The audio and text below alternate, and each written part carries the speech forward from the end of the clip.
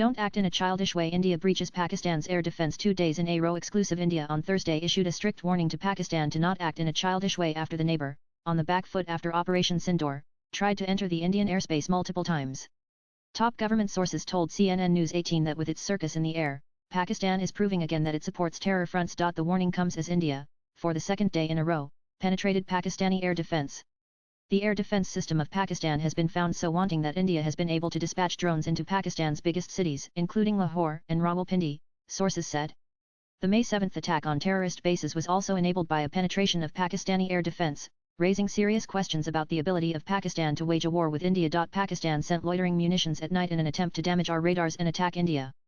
However, the Air Force was ready and brought them down, the sources said, adding that on the reports of shells being recovered from Lahore, India just responded to Pakistan fire. They added, with the help of robust air defense systems, we have managed our borders and avoided any confrontation.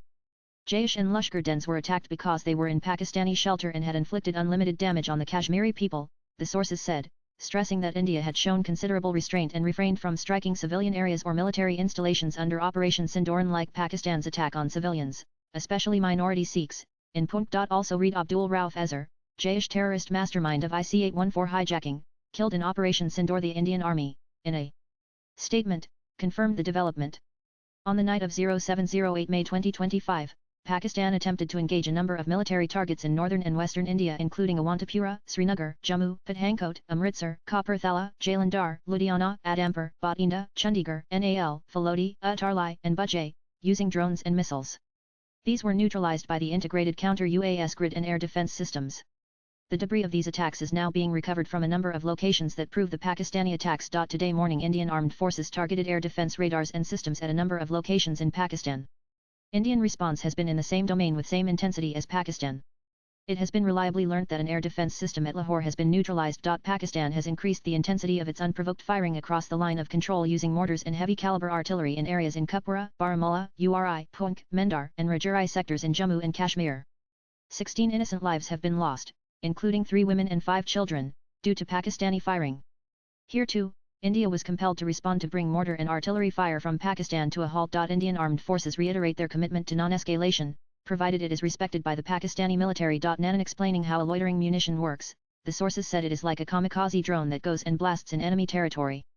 Simply put, a loitering munition is a type of precision weapon that hovers over a target area to locate and strike targets, often autonomously or under human control, before being expended. Loitering munitions combine the features of a drone and a missile. Unlike a missile that is launched directly at a target, a loitering munition is deployed into an area where it can fly or loiter for an extended period while searching for a target. It can be manually controlled or use onboard sensors and algorithms to identify potential targets such as vehicles, personnel, or radar installations. Once a target is selected, the munition dives into it and explodes on impact, destroying both itself and the target. On Thursday, social media was abuzz with images of remnants of Pakistani weapons found in India's border states, especially Punjab.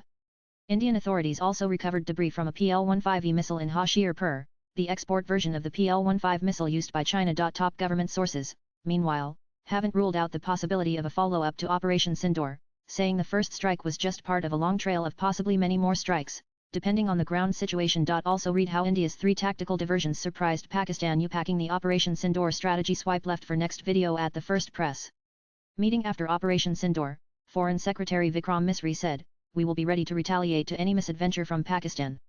India has been closely monitoring the situation on ground since Operation Sindoor, as there have been multiple unprovoked ceasefire violations by Pakistan along the border. Government sources said that India has made it clear that Operation Sindoor did not target any civilian areas, and only terror hideouts were targeted. But now that all norms have been breached, sources say India is ready and open to taking on Pakistan in round 2. Latest blogs.